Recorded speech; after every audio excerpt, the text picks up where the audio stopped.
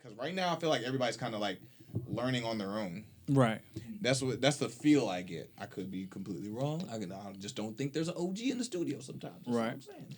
And you know what, Swerve? I think what it is with that is when you said learning on their own is because we are in the generation where they literally are, where all it takes nowadays to have a studio, you don't even have to have like a crazy good mic. You could just have a simple mic, a simple recording program, maybe Fruity Loops or something, or even buying or leasing beats off of the internet, and now you making records. Now you in the music business. As where before when we was coming up, I ain't afraid of my age. I'm 35 years old. So when I was coming up, I'm 33. yeah. So yeah. So back in our day, there was a craft that we had to learn. You know what I'm saying? It was you had to try to figure out how to get your music to sound like these big studios. Like it wasn't, man, back in my day, like having a studio set up in your house that was crazy. Like that was multi-$1,000 right. Like investment. Exactly. Now it's like couple hundred bucks. So when you say that, I think that's some grass. You get a studio. You could get a studio. Yeah. But that's real though. That's actually true. And I think that's what it is. I don't think that it's a lack of this generation wanting to learn. I don't even like separating it on a generational thing.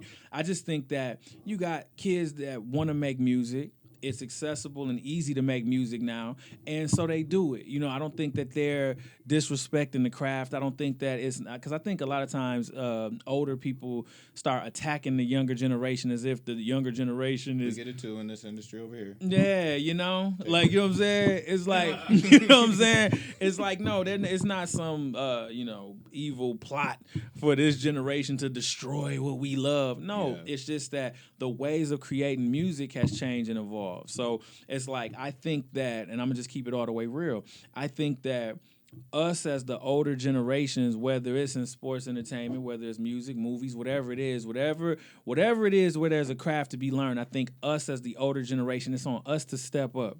The younger generation, they don't know what questions to ask. They're just doing what they love. They just doing what they passionate about. How will they know what's right or wrong unless we as the older members of the community come down and be like, yo, why don't you try it like this? Instead of us chastising and instead of us, just picking apart everything that this generation does, why don't we be like, okay, they could do that a little better, or I hear where they going with that.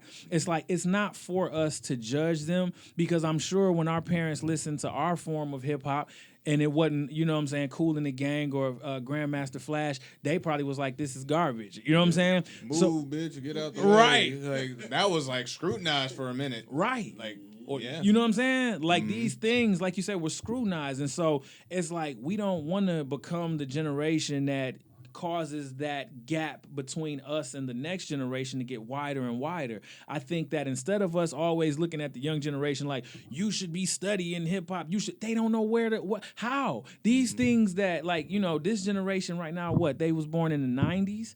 So a lot of the things that we grew up listening to, they weren't privy to. Bro, some of them are 2000. Exact 2000. So how can Biggie... 21-year-old now was 2000. 2000. So how can Biggie and Pac be on their top fives when they weren't alive? They wasn't even alive to experience it. Mm-hmm. So now if us as an older generation, if we don't step off of our pedestals and high horses and put them on to Biggie and Pac, put them on to Wu-Tang Clan, put them on to Nas, put them on to the greatness of Bow Wow in his prime. In his prime. I'm going to fight for that, man. Fight for every him. episode. Fight for him. Bruh. Fight for him. What, Shad? Let's go. But I champion that, man. That run was insane. It's legendary. It was. 106 in Park. It will never be topped. It was. They can't. Right. We can't rewrite history. And man, shouts to Lindsay. Like, Lindsay, that's for you, because she has rolled for Bow Wow in studio sessions.